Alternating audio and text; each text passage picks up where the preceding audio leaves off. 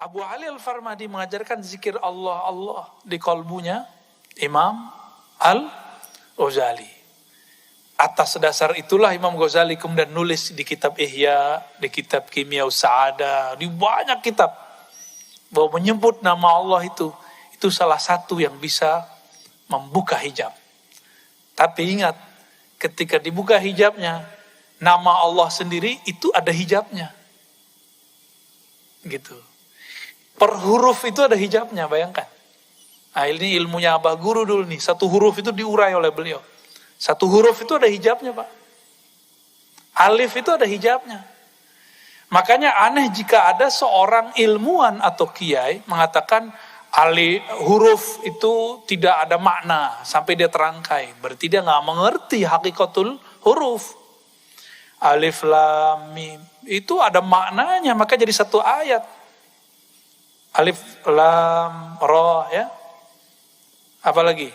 Alif lam apa lagi? Alif lam mim sad, ada ha mim kaf ha ya ain sad. Itu ada maknanya semua. Sayyidina Ali kalau doanya pakai kaf ha ya ain sad. Apa yang diminta jadi. Sayyidina Ali, dan riwayatnya sahih. Diriwayatkan oleh Ad-Darimi As-Saghir ya. Ad-Darimi yang akidahnya agak kurang oke, tapi dia meriwayatkan ini kaf ha ya ain sad. Itu kaf itu ada maknanya sudah. Ya. Ini kaf sudah ada maknanya. Ha udah ada maknanya ya oh. Dan jika ada habaib yang menentang tentang ilmu huruf, berarti dia sedang menentang datuknya. Sahibul Ratibul Haddad, siapa namanya? Al-Habib. Al-Habib Abdullah Al-Haddad. Ini ilmunya, kutubnya para habaib. Dalam kitab Tasbitul Fuad, ya, apa kata Al-Habib Abdullah Al-Haddad? Huruf-huruf ini disebut dengan huruf nuraniyah. Huruf-huruf nuraniyah. Makanya ribat tuh kita kasih nama nuraniyah. Itu bacanya nuraniyah. Huruf-huruf cahaya. Dan dulu para sadah Ba'lawiyah, kan Datuk Kelampayan kan juga masih zuriat, masih Sayyid. Al-Idrus, ya. Itu kalau mereka zikir, kadang-kadang pakai satu huruf itu, alif, alif, alif, alif. Nah, bidah gak tuh? Bidah gak tuh zikir begitu?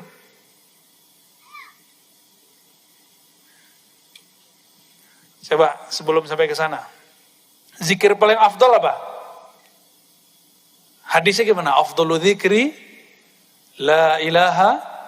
Zikir yang paling tinggi la ilaha illallah. Ya. La ilaha illallah. Nih, ini zikir paling afdal, benar. Coba, huruf di situ ada berapa? Coba dihitung. La, 1, 1, 2, 3, 4, 5, 6, 7, 8, 9, 10, 11, 12. Benar. Ini dalam satu mazhab. Enggak dihitung tasdidnya. Tanpa ada huruf alif, jadi enggak la ilaha illallah? Jadi enggak? Enggak jadi, coba buang satu huruf. Kita buang nih. Ya. Satu huruf la aja. Ini kita buang. Jadi enggak? Enggak jadi dia. Kita hapus ini, ya. Bacanya apa? A-ilah illallah. Jadi pertanyaan jadinya. Apakah ada Tuhan selain Allah? Atau alifnya kita panjangin.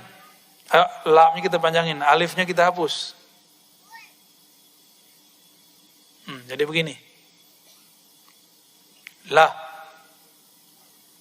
Maka baca la ilaha illallah di saat kita masih sadar mesti sesuai dengan makharijul hurufnya. La ilaha illallah. Beda kalau sudah jazbah, sudah ekstase. Itu bunyinya apa aja boleh. Ya. Tapi kalau belum, mesti dikembalikan kepada hurufnya. La ilaha illallah. Kan lama-lama tambah kenceng tuh, boleh. Setelah datang halnya. Kalau belum datang halnya nggak boleh. Jadi satu huruf itu penting. Inti dari la ilaha illallah di mana? Apa ayat kursi? Coba ayat kursi depannya apa? Allahu la ilaha illa. Nah, coba lihat. Ngantuk gak? Kalau ngantuk kita bubar deh. Coba lihat. Allahu la ilaha illahu. Kalau yang biasa kita zikirkan apa? La ilaha illallah. Kita biasa zikir begitu. Dalam bahasa Arab, lafaz yang ini, ya, lafaz illallah,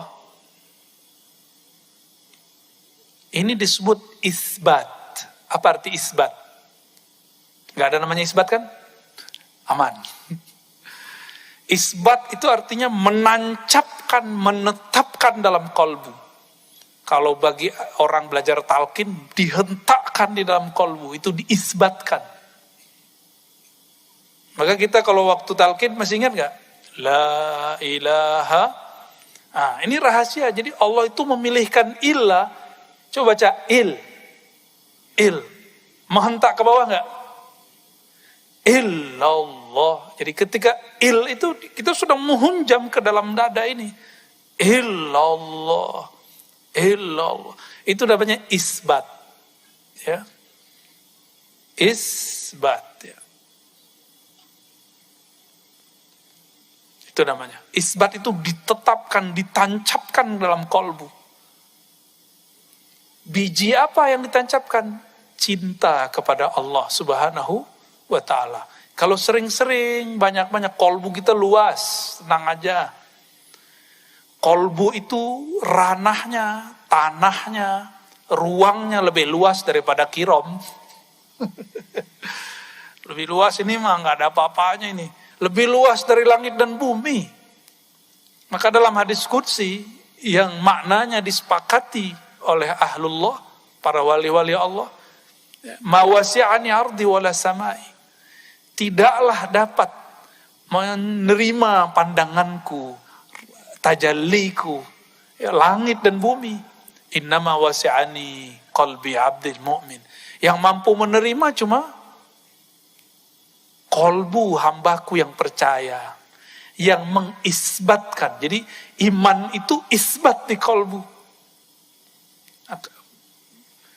Jadi syarat orang talqinnya sukses, dia harus percaya dulu sama gurunya, bahwa gurunya bersambung kepada Rasulullah Sallallahu Alaihi Wasallam. Kalau nggak masuk kalimah ke dalam kolbunya. Nah, ini isbat namanya. Suatu kali Imam Abu Bakar Asy-Syibli, murid daripada Al-Junaid, kawan daripada Al-Hallaj. Tapi sebenarnya Syibli ini juga belajar kepada Al-Hallaj. Kata Imam Asy-Syibli, dia udah lagi sekarat. Jika aku mati, jangan talkinkan kepadaku kecuali nama Allah, Allah, Allah. Bertanyalah murid-muridnya, ashabnya, sahib-sahibnya, kawan-kawannya. Wahai Tuan Guru, bukankah Nabi mengatakan laqinu mautakum la ilaha illallah? Ajarkan orang yang sakarat, orang yang mati atau yang telah mati, la ilaha illallah. Kok engkau menyuruh Allah, Allah? Kata beliau, la ilaha illallah itu memainan saya. Ya. Saya sudah bersama dia. Ana ma'ahu, saya sudah bersamanya. Udah jangan diganggu, cukup Allah, Allah. Ya. Maka dia cuma zikir Allah, Allah. Jadi inti dari la ilaha illallah apa? Lafaz Allah. Namun baca Allah itu kalau tidak ditalkinkan, tidak ada tekniknya, gak ada rasa juga. Gak ada rasa juga, karena hurufnya itu ada rahasia, ada cahaya di situ.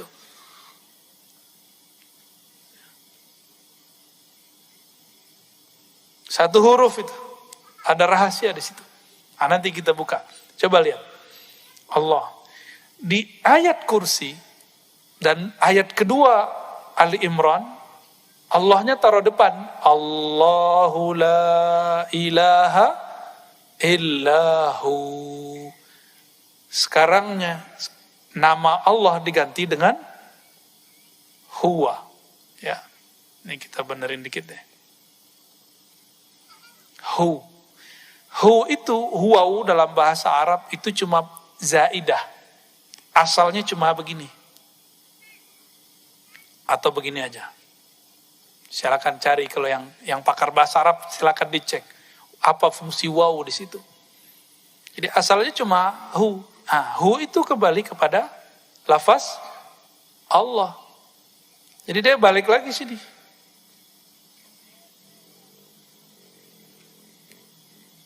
Apa arti hu? Apa mana hu? Kalau terjemahan biasa apa? Bahasa Inggris he. Cocok logi gitu. Hu, he. Cocok apa cocok logi? Tahu deh, jawab sendiri deh ya. Hu, he. Huwa. Ya. Tapi dari dulu kita bacanya hu. Salah satu wiridan kami yang kami dapat dari kecil itu 3 ayat terakhir surah Al-Hasyr. Huwallahu alladzi la ilaha illahu. Benar? Suka gak baca itu? Itu orang kalau baca itu pagi dan sore, 70.000 malaikat membersamai dia. Malaikat apa? Malaikat khadamnya hu. Tuh gak tanggung-tanggung lah. Khadamnya hu. Itu malaikat ulwiyin, malaikat tinggi. Bukan malaikat sufliyin. Bukan malaikat bumi, malaikat langit langsung. Bahkan di atasnya langit langsung karena hu. Lalu apa gerangan yang ada pada lafaz hu? Yang merupakan inti dari kalimat Allah, ya. Jadi orang baca nama Allah, baca hu itu sama. Allahu, maka ada zikir hu Allah, ada Allahu, benar gak? Ya. Udah ada yang jelasin ini gak sebelumnya, Paman? Belum ya? Tapi saya rasa Abah Guru dulu sudah sering jelasin ini. Ya, kita mengulang lagi apa yang mungkin terpendam yang sudah lama, karena beliau sudah lama secara jasadi meninggalkan kita. Tapi insya Allah secara spirit, secara rohani beliau tidak akan meninggalkan. Wali-wali itu jika dia wafat, dia lebih cepat memberikan madat kepada muridnya dengan izin Allah daripada dia lagi hidup. Lagi hidup dia punya anak, istri, punya kerjaan, punya bala, punya urusan, punya wirid yang harus dia kerjain. Tapi kalau dia sudah wafat, itu al-madad yang Allah berikan kepada mereka, dijamin dengan lafaz ahya'un inda rabbihim. Mereka hidup di sisi Allah Subhanahu wa ta'ala.